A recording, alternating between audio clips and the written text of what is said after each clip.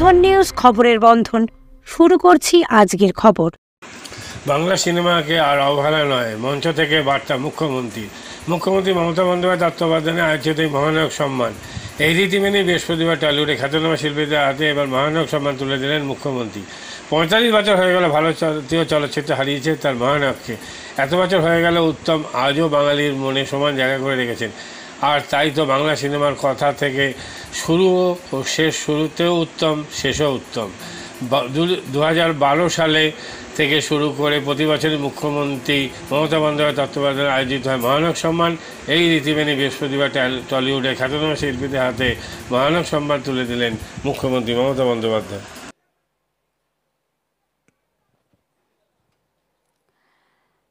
আমি আজকে বিশেষ করে আমাদের সকলের প্রাণের মানুষ,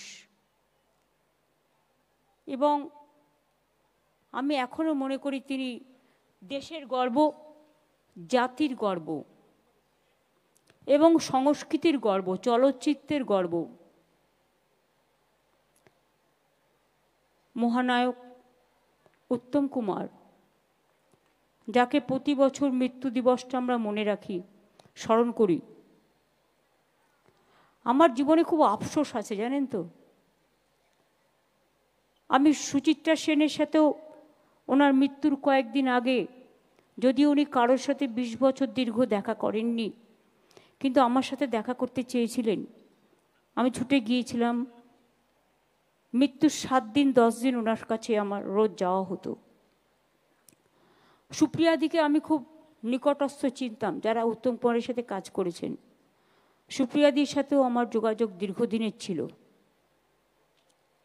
মাধবীদিকে চিনি, সাবিত্রীদিকে চিনি, শর্মিলাদিকে চিনি, তনুজাদিকে চিনি। কখনো কখনো ইন্টারন্যাশনাল ফিল্ম ফেস্টিভ্যালে দেখাও হয়েছে। সৌমিত্রদাকেও দেখেছি, কিন্তু উত্তম কুমারের সাথে কোনোদিনও দেখা হয়নি। এই না দেখাটা, অদেখাটা আমায় বারবার স্মরণ করিয়ে দেয়। কিন্তু ছোটবেলায় আপনারা জানেন, ভবানীপুরে অনেকগুলো সিনেমা হল ছিল। পূর্ণ, ইন্দিরা, ভারতী, ওদিকে বসুশ্রী। আমার মার সাথে হাত ধরে যখন আমি ক্লাস 4-5-এ পড়তাম, 9টা-12টা সিনেমা দেখতে যেতাম। মা যেত, মা আমাকে সাথে নিত। আর তখন পুরিয়া চানাচুরের প্যাকেট পাওয়া যেত। চানাচুরের প্যাকেট খেয়ে আমি ঘুমিয়ে পড়তাম, মা সিনেমাটা দেখত।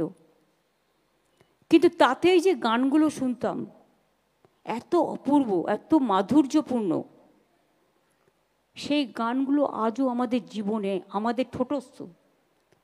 আজকে আমি দেখি বাংলা গানের চল অনেকটাই টিভি সিরিয়াল থেকে শুরু করে, সিনেমা থেকে শুরু করে আমরা একটু কম ব্যবহার করি।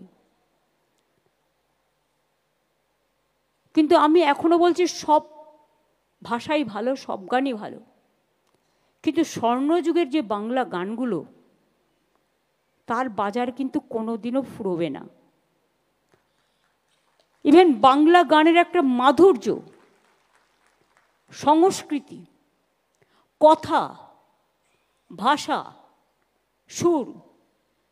একবার ভাবুন তো, পুলক বন্দ্যোপাধ্যায়, শ্যামল মিত্র, হেমন্ত মুখোপাধ্যায়, মান্না দে থেকে শুরু করে একেবারে সলিল চৌধুরী থেকে শুরু করে, লতা মঙ্গেশকর থেকে শুরু করে, আশা ভোসলে থেকে শুরু করে, আরতি দি থেকে শুরু করে, বনশ্রী সেনগুপ্ত, আমি চিফ মিনিস্টার হওয়ার পরে মারা গেছে, আমি চিনতাম খুব ভালো, নির্মলা দি, এরা কত ভালো গান গাইতো। আর আমরা ছোট্টবেলায় অনুরোধের আসর শুনতাম। ফলে মুখস্থ করার একটা টেন্ডেন্সি ছিল। 2-2-2:30 অনুরোধের আসর শুরু হলে আর কিছু না, সেই সময়টা একেবারে পাক্কা আমাদের রেডিওর সামনে বসতেই হতো। একটা অভ্যাস ছিল। এখন সেসব কোথায়?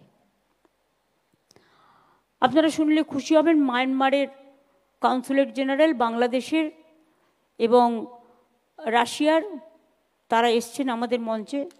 Many thanks and many congratulations to your country also, countrymen and my brothers and sisters also.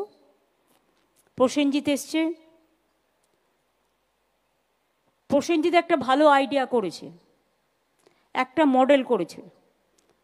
আমাকে অফিসাররা দেখে এসে বলেছে ও প্রায় 100টা জায়গায় 40-50 জন বসার মতো একটা সিনেমা ঘর তৈরি করছে, এবং সেটা আমরা মডেলটা দেখে খুশি হয়েছি। এবং ওই মডেলে যদি হয় তাহলে কিন্তু সিনেমাটা আরও ছড়িয়ে পড়বে এবং খুব বুথ লেভেলে, গ্রাসরুট লেভেলে, গ্রামীণ অনেক অত্যন্ত প্রান্তরে, আমি আজও বলি 45 বছর এটা, কিন্তু আজও পর্যন্ত আমরা কেউ উত্তম কুমারকে ভুলতে পেরেছি? কোনো দিন পারবো না। নামটাও যেমন উত্তম, কাজেও উত্তম। আমি দেখেছি অনেক শিল্পী, ভালো ভালো ফিল্ম স্টার, তারা কিন্তু লিপ দিতে পারে না ঠিকমতো গানে, কিন্তু উত্তম কুমারের গুণ ছিল প্রত্যেকটা গান উনি মুখস্থ করতেন এবং লিপ দিতেন। মানে এটা আমি শুনেছি পরবর্তীতে যে এটা ওনার বিউটি। শঙ্কর দা, আপনি ওপরে আসুন না, আপনি নিচে বসে আছেন কেন? আপনি অনেক সিনিয়র, চলে আসুন, চলে আসুন। দেবাশিস দাও চলে আসুন, দেবা আর বৈশাও চলে আয়। আর আমাদের ইন্দ্রদীপ গানের মণিদা, তুমিও চলে এসো। মণিশঙ্কর, পিজির ডাইরেক্টর। আমি 2012 সাল থেকে স্বীকৃতি চালন করেছিলাম এবং আজকে গৌতম দাস শ্রেষ্ঠ মহানায়ক, আমি তো নামই খুঁজে পাচ্ছিলাম না, আর সবাইকে দেওয়া হয়ে গেছে কোনো না কোনোটা। অনেক কষ্ট করে জোগাড় করেছি। না না, তারপরে গার্গী বাদ গিয়েছিল, মহানায়ক সম্মান পেলে নিমন চক্রবর্তী গায়ক, রূপঙ্কর বাগচি। রূপঙ্করও সঙ্গীত সম্মান পেয়েছে, কিন্তু এটা পায়নি। সোমনাথ কুণ্ডু মেকআপ আর্টিস্ট, অনিন্দ আর্ডো আর্ট ডিরেক্টর। এদের সম্মান জানাতে পেরে আমি নিজেকে গর্বিত মনে করছি। এর আগেও 2024 সাল পর্যন্ত 25 জন মহানায়ক পুরস্কার পেয়েছেন। 41 জন চলচ্চিত্র ব্যক্তিত্বকে বর্ষসেরা সম্মান আমরা জানিয়েছি। 147 জনকে বিশেষ চলচ্চিত্র পুরস্কার দেওয়া হয়েছে। 22 জনকে চলচ্চিত্রে সারা জীবনের অবদানের জন্য এই মঞ্চ থেকে সম্বর্ধিত করা হয়েছে। এখানে নচিকেতা, ইন্দ্রনীল, বাবুল, শিরাধা, মনোময়, রাঘব, রূপঙ্কর, জোজো, ছোটদের মধ্যে ঐতিহ্য রায়, তৃষা পাড়ই, বিবেক, আরও অনেকে রয়েছে। ওরাও, বড়রাও যেমন গান গাইবে, তারা আজকে প্রতিষ্ঠিত, ছোটরাও প্রতিষ্ঠিত হতে পারে, যাতে তাদেরও তুলে ধরা আমাদের ধর্ম। তাই যারা ইয়াং শিল্পীরাও আছে তাদেরও আমরা নিয়ে আসছি। বাংলা সংস্কৃতিকে আমাদের আরও বিকশিত, আরও কুসুমিত, আরও পল্লবিত, আরও সুললিত, আরও সুরভিত, আরও সুশোভিত আমাদের করতে হবে। কারণ সভ্যতা এবং সংস্কৃতি হচ্ছে একটা জাতির মেরুদণ্ড। যতই হোক, at the end of the day আমার মুখ দিয়ে কিন্তু মাতৃভাষাটা বেরোবেই। শিশুরা যেমন ছোট্টবেলা থেকে মা কথাটা প্রথম বলতে শেখে, সেরকম মনে রাখবেন এটা আমাদের অভ্যাস হয়ে গেছে। মাতৃভাষা যে যার মাতৃভাষা, সকলকে সম্মান করে বলছি, বাংলা ভাষার ওপরে আজকে ভাষা সন্ত্রাস চলছে এবং বাংলা ভাষায় যারা কথা বলে তাদের উপর খুব অত্যাচার হচ্ছে।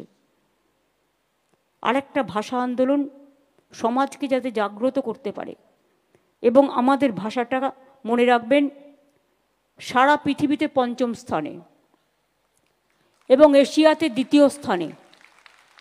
প্রায় 30 কোটি লোক বাংলা ভাষায় কথা বলে, আর আজকে বাংলা ভাষায় কথা বললেই তাকে জেলে নিয়ে যাওয়া হবে, এটা আমি মানতে পারছি না। আমি কেন, আপনারা কেউই মানতে পারছেন না। সুতরাং এটা নিয়ে আমাদের প্রোগ্রাম করা উচিত সর্বস্তরে। এটা আমার একার নয়, এটা সবার। বাংলা আমাদের জন্মভূমি, আমাদের কর্মভূমি, আমাদের পিতৃভূমি। শিল্পী ও কলাকুশলীদের জন্য পাশে থেকেছে, ভবিষ্যতেও থাকবে। আমরা তাদের জন্য 5 লাখ টাকা পর্যন্ত স্বাস্থ্য বিমা করেছি।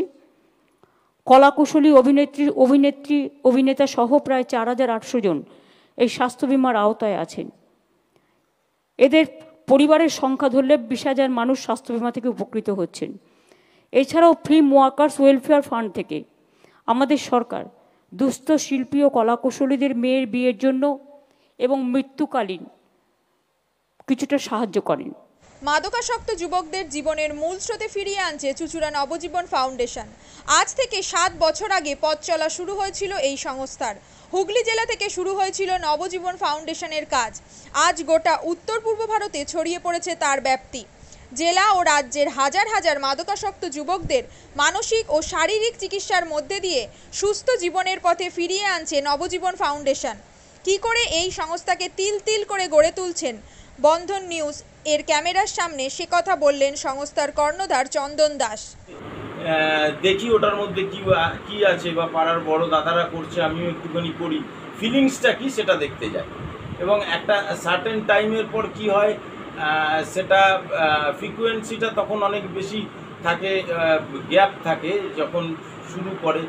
পরবর্তীকালে যখন নির্ভরশীল হয়ে পড়ে সেই একটা সাবস্টেন্সের উপর, তখন সেটা থেকে বেরোনোর জন্য সে নানা রকম চেষ্টা করে, কিন্তু তার ওয়ে আউটটা জানা নেই যে কোন রাস্তা দিয়ে গেলে নেশা থেকেও বিরত থেকে সুস্থ স্বাভাবিক জীবনযাপন করা যায়। তো আমি ভাবলাম যে শুধুমাত্র আমি সুস্থ স্বাভাবিক জীবনযাপন করলাম, আমার জীবনের সার্বিক উন্নতি হলো, বা আমার যেসব এম বা আমি জীবনে যে জিনিসগুলো করতে পারিনি সেগুলো আমি ফুলফিল করলাম, তাহলে তো শুধু আমার কথাই ভাবা হলো। তাহলে আমি এরকম কিছু কাজ করি যাতে আমার মতো আরও 5 জন আমার দ্বারা উপকৃত হয়। এবং একটা সার্টেন টাইমের পর যখন মানুষ চায় যে ফিরতে, অথচ তার কাছে রাস্তা থাকে না, তখন এই একটা WHO ওয়ার্ল্ড হেলথ অর্গানাইজেশন একটা প্রসিডিউর বার করেছে। হুগলির কোদালিয়ায় জাতীয় যুব কম্পিউটার সাক্ষরতা মিশন স্কুল পড়ুয়াদের পাশাপাশি তরুণ প্রজন্মের কাজে স্বনির্ভর হওয়ার জন্য বিশ্বমানের কম্পিউটার প্রশিক্ষণ কেন্দ্র। এখানে ক্লাস 3 থেকে ইঞ্জিনিয়ারিংয়ের কম্পিউটার কোর্স পর্যন্ত প্রশিক্ষণ দেওয়া হয়। এই হুগলির কোদালিয়া জাতীয় যুব কম্পিউটার সাক্ষরতা মিশন প্রশিক্ষণ কেন্দ্র থেকে কম্পিউটারের প্রশিক্ষণ নিয়ে দেশে বিদেশে অনেক ছাত্রছাত্রী আজ প্রতিষ্ঠিত। স্বল্প ফিতে ছাত্রছাত্রীদের বিশ্বমানের কম্পিউটার প্রশিক্ষণ দিয়ে এই কেন্দ্র এক বেঞ্চি দৃষ্টান্ত সৃষ্টি করেছে। বন্ধন নিউজে ক্যামেরায় ধরা পড়ল সেই দৃশ্য। নমস্কার, জাতীয় যুব কম্পিউটার সাক্ষরতা মিশন কোদালিয়া, আগে জুনিয়র ফ্যাকাল্টি। এখানে ক্লাস 3 থেকে ইঞ্জিনিয়ারিং অবধি সমস্ত রকম কোর্স করানো হয় এবং তার সাথে সাথে প্রফেশনাল কোর্স যেমন C++, Java, power BI, Tally, GST, web development, app development, power BI etcetera সব রকমের কোর্স করানো হয়, কম্পিউটার কোর্স করানো হয়। এখানে ইংলিশ মিডিয়াম এবং বাংলা মিডিয়ামে দুরকম স্টুডেন্টদেরই সব রকম কোর্স করানো হয়।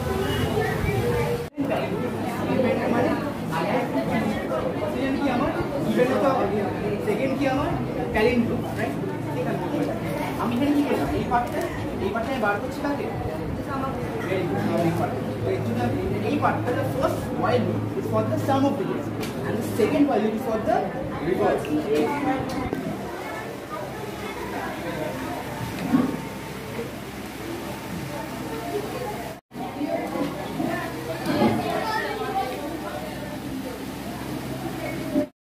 কম খরচে বিশ্বমানের আধুনিক চিকিৎসার হুগলির মিডল্যান্ড নার্সিংহোমে বাংলার বিশিষ্ট চিকিৎসকরা এই নার্সিংহোমে রোগীদের চিকিৎসা করেন। জটিল রোগের চিকিৎসার জন্য রোগীদের আর দক্ষিণ ভারত যাওয়ার দরকার নেই। হুগলির মিডল্যান্ড নার্সিংহোমে পাওয়া যাবে বিশ্বমানের আধুনিক চিকিৎসা পরিষেবা। এখানে প্রসূতি, মা ও সদ্যজাত শিশুদের বিশ্বমানের আধুনিক চিকিৎসা পদ্ধতিতে চিকিৎসা করে থাকেন গাইনো ও শিশু চিকিৎসকরা। দুপুর 12টা হোক বা রাত্রির 12টা, রোগীদের জন্য 24 ঘন্টা চিকিৎসা পরিষেবা বজায় রেখেছে হুগলির মিডল্যান্ড নার্সিংহোম। আমি ডক্টর মানস ঘোষ, আমি মিডল্যান্ড নার্সিংহোমের মেডিকেল ডিরেক্টর। বিশেষত্ব বলতে যেটা আপনি বললেন, একটা হচ্ছে NICU, নিউনেটাল কেয়ার ইউনিট। আমি বলতে পারি এটা আমাদের আশেপাশে হুগলি জেলায় নেই। নিউনেটাল মানে হচ্ছে যেটা বাচ্চা জন্মের পরেই প্রথম 28 দিনকে আমরা নিউনেট বলি, প্রথম ফার্স্ট 4 উইকস। তো এই সময়ে বাচ্চাদের সমস্ত রকমের চিকিৎসায় বলুন বা তাদের দেহের গঠন বলুন বা তাদের রোগগুলোই বলুন, সেগুলো সবগুলো অন্যান্য বাচ্চা মানে তার থেকে বড় বাচ্চার থেকে কিন্তু অনেকটাই আলাদা। এবং এই ক্ষেত্রে বাচ্চারা খুব সেন্সিটিভ হয়, বাচ্চাদের রোগ প্রতিরোধ ক্ষমতাও অনেক সময় কম থাকে এবং এগুলোর জন্য স্পেশাল কেয়ার লাগে নিউনেট, এবং তাদের পুরো চিকিৎসা পার্টটা একটা আলাদাভাবে তৈরি হয় প্রথম 28 দিনের জন্য। আমরা এখানে চুঁচুড়া, বিশেষ করে চুঁচুড়া এবং হুগলিবাসীর জন্য এই জিনিসটা আমরা আনতে পেরেছি, যেখানে আমাদের বাচ্চাদের এই নিওনেটদের ক্রিটিক্যাল মানে খুব খারাপভাবে যে নিওনেটগুলো জন্মেছে বা যারা জন্মের পরে যারা হাঁপাচ্ছে বা যারা মেকোনিয়াম খেয়ে ফেলেছেন বা যাদের কোনো জন্মের পরে কোনো রকমের শ্বাসকষ্ট বলুন বা কোনো রকমের অসুবিধে হয়েছে বা জন্ডিস ধরা পড়েছে বা অন্য কোনো কমপ্লিকেশান হয়েছে, সেই ধরনের বাচ্চাদের চিকিৎসা করার জন্য উপযুক্ত ব্যবস্থা আমরা এখানে করতে পেরেছি।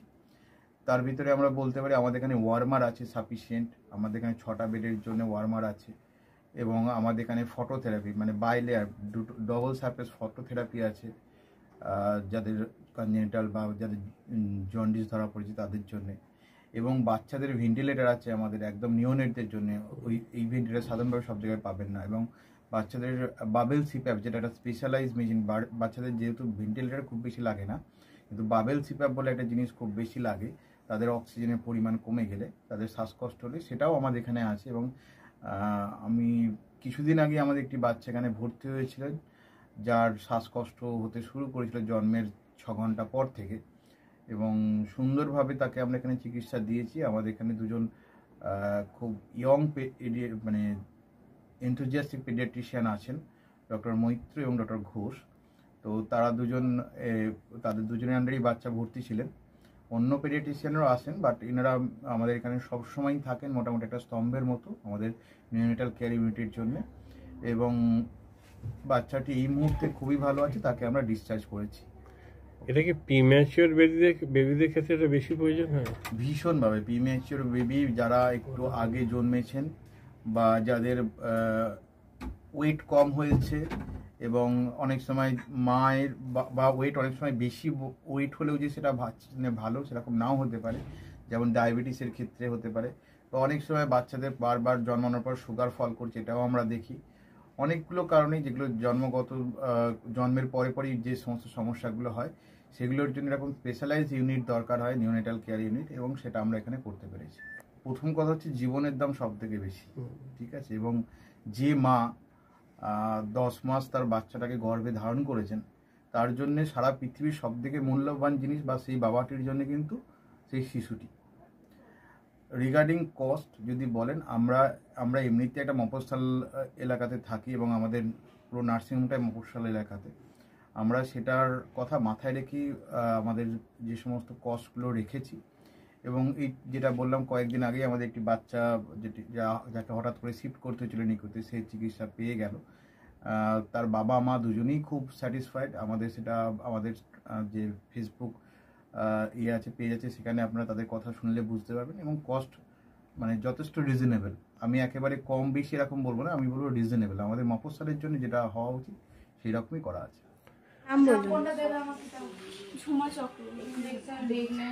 আপনার কি বাচ্চা আছে?